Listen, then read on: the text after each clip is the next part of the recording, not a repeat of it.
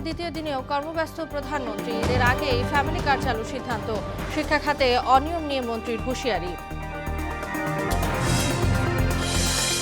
বাংলাদেশের প্রধানমন্ত্রীকে ট্রাম্প সহ বিশ্ব নেতাদের অভিনন্দন। ভারত প্রশান্ত মহাসাগরীয় অঞ্চলে সমৃদ্ধি নিশ্চিতের প্রত্যাশা। ভিন্নমত দমনের সংস্কৃতি পরিবর্তনের তাগিদ জামায়াত আমিরের গণরায়ের বিপক্ষে অবস্থান নিয়েছে বিএনপি। অভিযোগ নাহিদের। এবং জঙ্গি সাজিয়ে ৭ হত্যায় হাসিনা সহ ৮ আসামিকে ২রা মার্চ হাজিরের নির্দেশ। মেনন কামরুলের মামলায় অভিযোগ গঠনের শুনানি।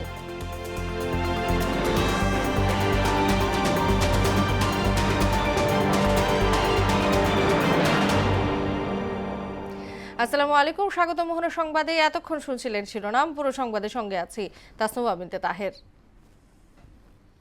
সরকারের পরিকল্পিত ফ্যামিলি কার্ড কর্মসূচি বাস্তবায়নে অর্থমন্ত্রীর নেতৃত্বে একটি কমিটি গঠন করা হয়েছে এবং ৩ দিনের মধ্যে কমিটি প্রতিবেদন জমা দেবে বলে জানিয়েছেন সমাজ কল্যাণমন্ত্রী ডাক্তার AZM জাহিদ হোসেন।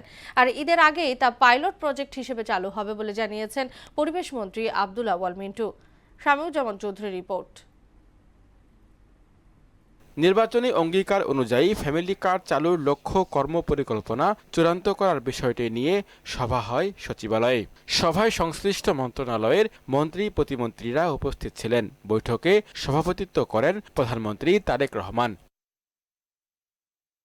পরে সাংবাদিকদের ব্রিফিংয়ে পরিবেশ মন্ত্রী আব্দুল আওয়াল মিন্টু বলেন, ঈদের আগে রমজান মাসেই পাইলট প্রকল্প হিসাবে ফ্যামিলি কার্ড চালু নিয়ে আলোচনা হয়েছে। ফ্যামিলি কার্ডের ইস্যুর বিস্তারিত উল্লেখ আছে, সেটা কার্যকর কিভাবে করবে এটা নিয়ে আলাদা ব্রিফিংয়ে সমাজ কল্যাণ মন্ত্রী ডাক্তার AZM জাহিদ হোসেন বলেন, সরকারের পরিকল্পিত ফ্যামিলি কার্ড কর্মসূচি বাস্তবায়নে অর্থমন্ত্রীর নেতৃত্বে একটি কমিটি গঠন করা হয়েছে। ৩ দিনের মধ্যেই এই কমিটি প্রতিবেদন জমা দেবে। বিএনপির যে নির্বাচনী ম্যানিফেস্টো ফ্যামিলি কার্ড, এটার ব্যাপারে আমরা প্রধানমন্ত্রী অত্যন্ত কনসার্ন এবং আমরা ওনার সহকর্মীরাও সবাই এটা দ্রুততম সময়ের মধ্যে বাস্তবায়ন করার ব্যাপারে, এবং এটাকে ইউনিভার্সাল করা হবে। কোনো অবস্থাতেই যাতে কোনো ধরনের বিতর্ক না হয়, যে কোনো রাজনৈতিক মতাদর্শ, কোনো ধর্মীয় অনুভূতি অথবা কোনো লিঙ্গভিত্তিক কোনো ধরনের বৈষম্যের শিকার কেউ না হয়, সেই জন্য এটা ফ্যামিলি কার্ডটা ইউনিভার্সালি যে প্রতিটি এলাকায় পর্যায়ক্রমে এটা বাস্তবায়ন করা হবে। প্রধানমন্ত্রীর সঙ্গে অনুষ্ঠিত বৈঠক শেষে সাংবাদিকদের প্রশ্নের জবাবে তথ্যমন্ত্রী জহিরুদ্দিন স্বপন বলেন, সাংবাদিকদের সুরক্ষা নিশ্চিত করা মন্ত্রণালয়ের দায়িত্ব। যে কোনো সাংবাদিক যখন সংক্ষুব্ধ হবে, আমি চেষ্টা করব সেটিকে ব্যক্তিগত মালিকানাধীন প্রতিষ্ঠান হওয়া সত্ত্বেও সাংবাদিকের অধিকার সংরক্ষণ করে এগোনো হচ্ছে কিনা সেটা সুরক্ষা দেওয়ার দায়িত্ব আমার। সাংবাদিকদের এক প্রশ্নের জবাবে তথ্যমন্ত্রী জানান, সম্প্রতি এক টেলিভিশনের সাংবাদিকদের চাকরিচ্যুতি করার বিষয়টি নিয়েও আলোচনা করা হবে। সংশ্লিষ্ট যারা সংক্ষুব্ধ যে কয়জন এবং এখন টিভির মালিক পক্ষ, আমি উভয়ের সঙ্গে কথা বলে বিষয়টা একটু ভালো করে বুঝে সমঝোতার মধ্যে সমাধান করা যায় কিনা উদ্যোগ নেব। শামীমুজ্জামান চৌধুরী, মোহনা সংবাদ, ঢাকা। শিক্ষা খাতে প্রশাসনিকভাবে তদবির বাণিজ্য বন্ধ করার পাশাপাশি শিক্ষা মন্ত্রণালয়ে কোনো দুর্নীতিকেই প্রশ্রয় দেওয়া হবে না বলে জানিয়েছেন শিক্ষামন্ত্রী এহসানুল হক মিলন। সচিবালয়ে নিজ মন্ত্রণালয়ের সভাকক্ষে সংবাদ সম্মেলনে তিনি একথা বলেন। দাবি আদায়ে শিক্ষকদের আর রাজপথ দখল করে আন্দোলন করতে হবে না বলেও জানান শিক্ষামন্ত্রী। সিস্টেমে যদি কোনো ত্রুটি থেকে থাকে সেটা দেখা হবে, খতিয়ে দেখা হবে। আর শিক্ষকদের বেতন আমরা যদি লেট হয় সেটা আমরা পর্যবেক্ষণ করে আমরা এটাকে তড়িৎ গতি দেওয়ার ব্যবস্থা করব। আমরা বর্তমানে যে কারিগরি শিক্ষা পলিটি ইনস্টিটিউটগুলোতে থিওরি একটু বেশি, প্র্যাকটিক্যাল কম, এর অ্যাডজাস্টমেন্টটা করতে হবে, প্র্যাকটিক্যাল বাড়াতে হবে, কারণ প্র্যাকটিক্যাল নলেজ ছাড়া কারিগরি শিক্ষা এগোনো যাবে না। বাংলাদেশের প্রধানমন্ত্রীর দায়িত্ব নেয়ায় তারেক রহমানকে অভিনন্দন জানিয়েছেন বিশ্ব নেতারা। পৃথক বার্তায় শুভেচ্ছা জানান মার্কিন প্রেসিডেন্ট ডোনাল্ড ট্রাম্প সহ বিশ্ব নেতারা। ইন্দো প্যাসিফিক অঞ্চলে শক্তিশালী ও সার্বভৌম রাষ্ট্রগুলোর সমৃদ্ধি নিশ্চিত করার আশা প্রকাশ করা হয়। ঐশী আলমের ডেস্ক রিপোর্ট। তারেক রহমানকে অভিনন্দন জানিয়ে মার্কিন প্রেসিডেন্ট ডোনাল্ড ট্রাম্প চিঠিতে নবনির্বাচিত প্রধানমন্ত্রীর নেতৃত্বে দুই দেশের বাণিজ্যিক সম্পর্ক আরও এগিয়ে যাবে বলে আশা প্রকাশ করেন। তারেক রহমানের হাতে ভারতের প্রধানমন্ত্রী নরেন্দ্র মোদীর পাঠানো চিঠি তুলে দিয়েছেন ভারতের লোকসভার স্পিকার ওম বিড়লা। চিঠিতে তারেক রহমানকে শুভেচ্ছা জানানোর পাশাপাশি সুবিধাজনক দ্রুততম সময়ের মধ্যে ভারত সফরের আমন্ত্রণ জানিয়েছেন নরেন্দ্র মোদী। অভিনন্দন বার্তায় সৌদি যুবরাজ মোহাম্মদ বিন সালমান বাংলাদেশের প্রধানমন্ত্রী হিসেবে তারেক রহমানকে শুভেচ্ছা জানান। পাশাপাশি তিনি বাংলাদেশের জনগণের অব্যাহত অগ্রগতি ও সমৃদ্ধি কামনা করেন। সামাজিক যোগাযোগ মাধ্যম এক্সে দেয়া পোস্টে অস্ট্রেলিয়ার প্রধানমন্ত্রী বলেন, অস্ট্রেলিয়া ও বাংলাদেশের মধ্যে মূল্যবান অংশীদারি রয়েছে। স্থিতিশীল ও সমৃদ্ধ অঞ্চল গড়ে তুলতে তারেক রহমানের সঙ্গে কাজ করার প্রত্যাশা রাখে অস্ট্রেলিয়া। পাকিস্তান প্রেসিডেন্টের মুখপাত্র মুর্তাজা সোলাঙ্গি বলেন, তারেক রহমান ও বাংলাদেশের জনগণকে অভিনন্দন জানিয়েছে প্রেসিডেন্ট। এটিকে বাংলাদেশের ইতিহাসে নতুন অধ্যায় হিসেবে উল্লেখ করছেন তিনি। শুভেচ্ছা বার্তায় পাকিস্তানের উপপ্রধানমন্ত্রী ইসহাকদার মন্ত্রিসভা গঠন এবং গুরুত্বপূর্ণ রাষ্ট্রীয় দায়িত্ব পালনে তারেক রহমানের সাফল্য কামনা করে বলেন, পারস্পরিক সহযোগিতা সম্প্রসারণ এবং বাংলাদেশ পাকিস্তান দ্বিপাক্ষিক সম্পর্ক আরও শক্তিশালী করতে ইসলামাবাদ আগ্রহী। ঐশী আলম, মোহনা সংবাদ। বাংলাদেশ জামায়াতে ইসলামীর আমির ডাক্তার শফিকুর রহমান বলেছেন, ভিন্ন মত দমন নয়, স্বাগত জানানোই হোক নতুন রাজনৈতিক সংস্কৃতি। বৃহস্পতিবার নিজের ভেরিফাইড ফেসবুক পোস্টে তিনি একথা বলেন। পোস্টে ডাক্তার শফিকুর রহমান বলেন, মত প্রকাশের স্বাধীনতার জন্যই জুলাই ফ্যাসিবাদের 17 বছরে বর্তমান সরকারি দল ও আমরা উভয় পক্ষই স্বাধীন মত প্রকাশের ক্ষেত্রে দমন পীড়নের শিকার হয়েছি। আমরা সেই অন্ধকার সময়ে আর ফিরতে চাই না। তিনি আরো বলেন, গণমাধ্যমের স্বাধীনতা একটি সুস্থ গণতন্ত্র প্রথম শর্ত। ভিন্নমত দমন নয়, স্বাগত জানানোই হোক নতুন রাজনৈতিক সংস্কৃতি। সংবিধান সংস্কার পরিষদের শপথ গ্রহণ থেকে বিরত থেকে বিএনপি সংস্কার ও গণরায়ের বিরুদ্ধে অবস্থান নিয়েছে বলে মন্তব্য করেছেন এনসিপির আহ্বায়ক নাহিদ ইসলাম। তিনি বলেন, গণভোট বাতিল করা হলে ত্রয়োদশ জাতীয় সংসদ নির্বাচন গ্রহণযোগ্যতা হারাবে। বৃহস্পতিবার দুপুরে দলটির প্রধান কার্যালয়ে আয়োজিত এক সংবাদ সম্মেলনে এসব কথা বলেন তিনি। নাহিদ ইসলাম বলেন, বিএনপি সরকারের মন্ত্রিসভায় পরিবর্তনের যে আকাঙ্ক্ষা ছিল তা পূরণ হয়নি। তিনি প্রশ্ন তোলেন, 60% ব্যবসায়ী, ঋণ খেলাপি ও হত্যা মামলার আসামিরা কিভাবে জনগণের স্বার্থ রক্ষা ও দুর্নীতি প্রতিরোধ করবে? সংসদে থাকা ঋণ খেলাপিদের কাছে 18,000 কোটি টাকার বেশি বকেয়া ঋণ রয়েছে বলেও জানান তিনি। আমরা মনে করি আমরা শুধু সংসদ সদস্য হিসেবে নির্বাচিত হইনি, আমাদের জনগণ আমাদেরকে পাঠিয়েছে সংবিধান সংস্কার পরিষদের সদস্য হিসেবে সংবিধান সংস্কার করার জন্য। আমরা আমাদের দায়িত্ব পালন করেছি, বিএনপি তার দায়িত্ব পালন করেনি। বিএনপি সংস্কারের বিরুদ্ধে, গণরায়ের বিরুদ্ধে অবস্থান করেছে, জনগণ সেটা বিচার করে। জনাব প্রধানমন্ত্রী জনাব তারেক রহমান দুর্নীতির বিরুদ্ধে কঠোর অবস্থানের কথা বলছেন, কিন্তু তার নিজের মন্ত্রিসভা এবং তার নিজের যে সংসদ সদস্য, তাদের সরকারি দল রয়েছে, তারা যে ঋণগ্রস্ত বসেছে সেই ঋণ তারা কবে পরিশোধ করবে? অন্তর্বর্তী সরকার ঋণ পরিস্থিতি যেভাবে পেয়েছিল তার চেয়েও আরও নাজুক অবস্থায় রেখে গেছে বলে মন্তব্য করেছেন সেন্টার ফর পলিসি ডায়ালগ সিপিডির সম্মাননীয় ফেলো ডক্টর দেবপ্রিয় ভট্টাচার্য। বলেন, ঋণের কিস্তি পরিশোধে বিদেশি ঋণের চাপ আগামী সময়ে আরও বাড়বে, যা নতুন সরকারের জন্য বড় চ্যালেঞ্জ। পরিস্থিতি উত্তরণে রাজস্ব আহরণে জোর দেওয়ার তাগিদ দেন তিনি। বিস্তারিত জানাচ্ছেন নাহিদ সিরাজি নিমি। অভিজ্ঞতা বাংলাদেশের অর্থনীতির বৃহস্পতিবার মহাখালী ব্র্যাক সেন্টারে নতুন সরকারের সূচনা বিন্দু অর্থনৈতিক পর্যালোচনা শীর্ষক সংবাদ সম্মেলনের আয়োজন করে এসডিজি বাস্তবায়নে নাগরিক প্ল্যাটফর্ম। এতে বলা হয়, চলতি অর্থবছর 2025-এ রাজস্ব ঘাটতি হয়েছে 1 লাখ কোটি টাকা। আগামী অর্থবছরেও এ ঘাটতি আরও বাড়বে। রাজস্ব আদায়ে ঘাটতির পাশাপাশি ব্যয়ের চাপও বেড়েছে। নিঃসন্দেহে করের হার বাড়াতে হবে, এটার এনফোর্সমেন্ট আমার মনে হয় যে এটা প্রথম দিন থেকেই সরকারের যে সামনের দিনের পথ চলাকে ডিটারমিন করবে।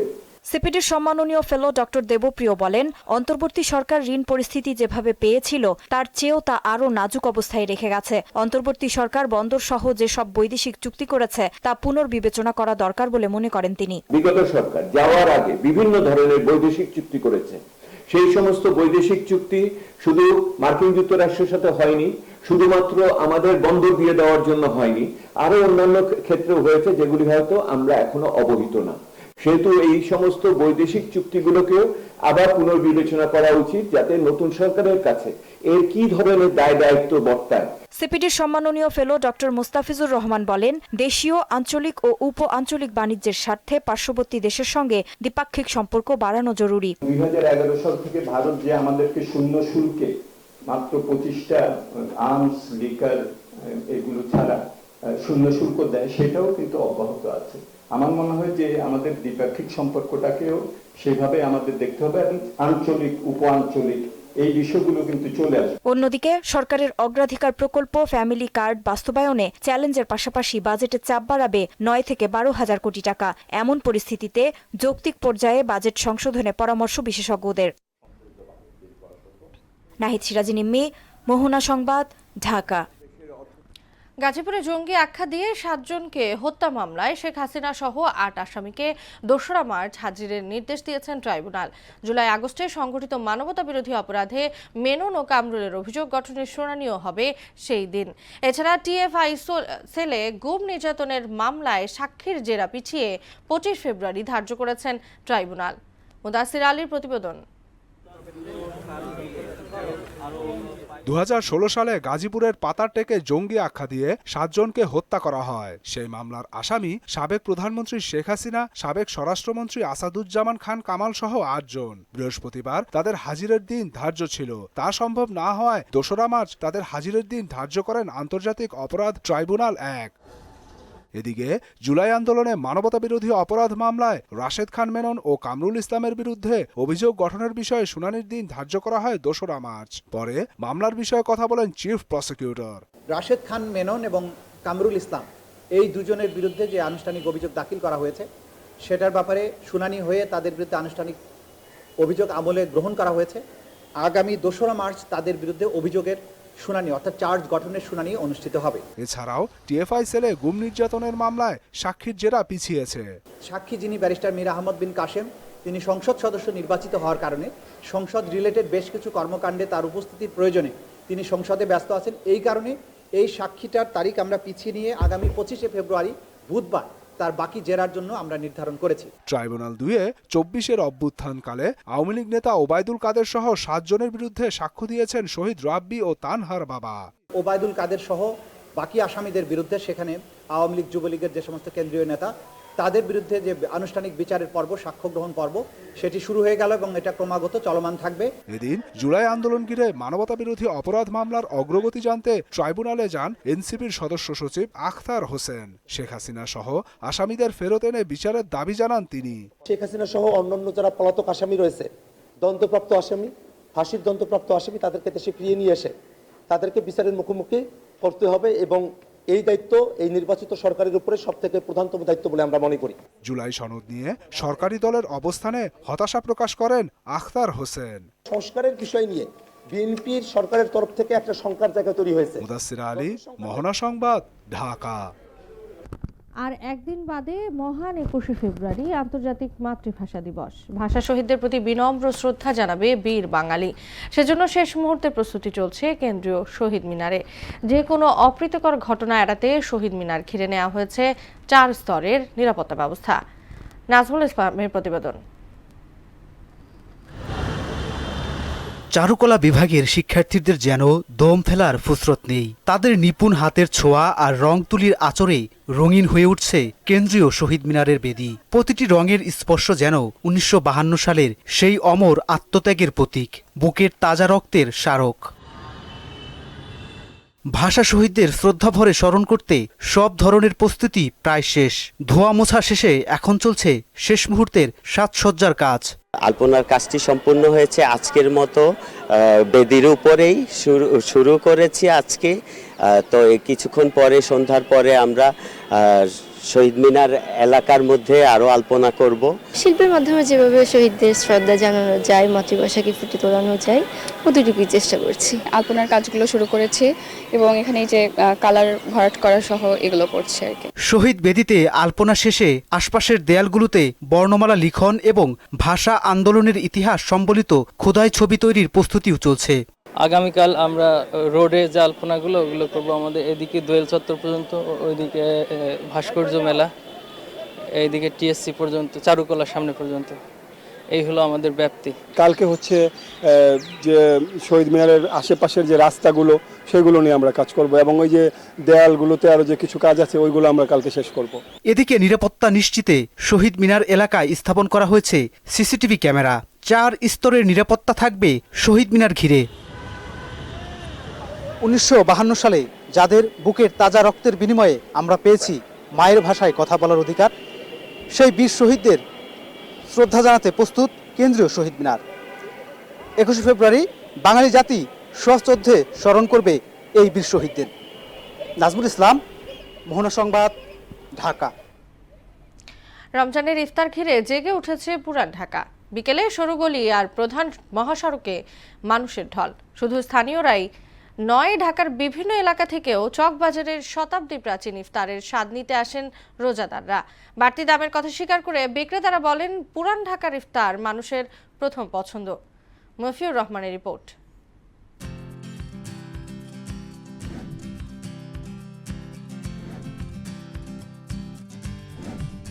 চকবাজার ইফতার শুধু খাবার নয়, তা পুরান ঢাকার শত বছরের ঐতিহ্যের অংশ।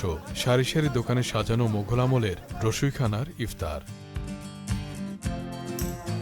আছে সুতি, জালি, শামি কাবাব, কোয়েল পাখি ও মুরগির নানা পদ, খাসির রোস্ট এবং কোনো কোনো দোকানে আছে আস্ত খাসিও। এইসব মুখরোচক খাবার চেখে দেখতে ঢাকাসহ দেশের বিভিন্ন প্রান্ত থেকে ভিড় করছেন রোজাদাররা। ঝালবুট নিয়েছি, বড় বাবা পোলা নিয়েছি, আর সুতা কাবাব নিয়েছি। প্রত্যেক বছরই আমি এখান থেকে নিয়ে যাই।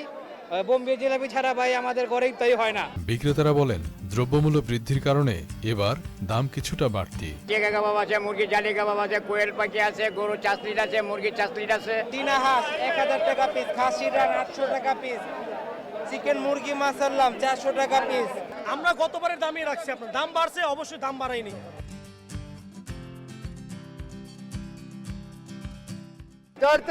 घी का बड़े मसाला बराबर पेट पले खाए, बराबर पेट पले खाए, मेरे मेरे ले जाए। পুরান ঢাকার ইফতারির অন্যতম আলোচিত অনুষঙ্গ বড় বাপের পোলায় খায়। একবার চেখে দেখতে অনেকেই কিনছেন। বিক্রেতারা বলছেন, গরু ছাড়া 10 থেকে 12 রকম আইটেম দিয়ে এটি তৈরি। বাপের বড় পোলা, এটার জন্য আজকে আসছি। আজকে ফার্স্ট ডে, তো ফার্স্ট ডে যে আকর্ষণটা থাকে ওই আকর্ষণটাই বেস্ট। শখের যে সুনাম, এই সুনামের কারণে আজকে আমাদের আসতে দেয়। ওটার মধ্যে 12 আইটেম মিক্স করতে, গরু বাদে হিন্দু, মুসলিম, খ্রিস্টান সব জাতি খায় এটা, তার জন্য ওটার মধ্যে গরু মিক্স হয়। চকবাজারের ইফতার শুধু কেনা বেচা নয়, এটি ঐতিহ্য, মানুষের মিলন মেলা এবং রমজানের প্রতিচ্ছবি। মফিউর রহমান, মোহনা সংবাদ, ঢাকা। বাংলাদেশ সফরের দ্বিতীয় দিনে কক্সবাজারে গিয়েছেন তুরস্কের প্রেসিডেন্ট রিসেপ তাইয়েপ এরদোয়ানের পুত্র বিল্লাল এরদোয়ান, জার্মানি বিশ্বকাপ জয়ী ফুটবলার মেসুত ওজিল এবং আন্তর্জাতিক সংস্থা টিকার চেয়ারম্যান অ্যারেন আব্দুল্লাহ। সকাল 10:30টায় বিশেষ বিমানে করে এরদোয়ানরা কক্সবাজার বিমানবন্দরে পৌঁছেন। পরে তারা সড়ক পথে কক্সবাজারে রোহিঙ্গা শরণার্থী শিবির দেখতে যান। এরপর কক্সবাজার শরণার্থী ত্রাণ ও প্রত্যাবাসন কমিশনার কার্যালয়ে কমিশনার মোহাম্মদ মিজানুর রহমানের সাথে সৌজন্য সাক্ষাতে মিলিত হন। শেষ করব মোহনা সংবাদ, যাবার আগে সুনামগুলো জানিয়ে দিচ্ছি আরো একবার।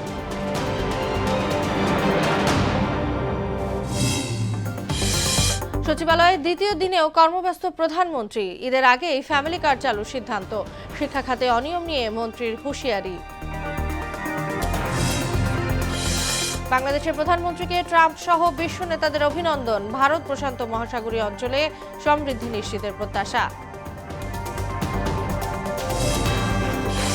ভিন্নমত দমনের সংস্কৃতি পরিবর্তনের তাগিদ জামায়াত আমিরের গণরায়ের বিপক্ষে অবস্থান নিয়েছে বিএনপি, অভিযোগ নাহিদের। এবং জঙ্গি সাজিয়ে 7 হত্যায় হাসিনা সহ 8 আসামিকে 2রা মার্চ হাজিরের নির্দেশ। মেনন কামরুলের মামলায় অভিযোগ গঠনের শুনানি।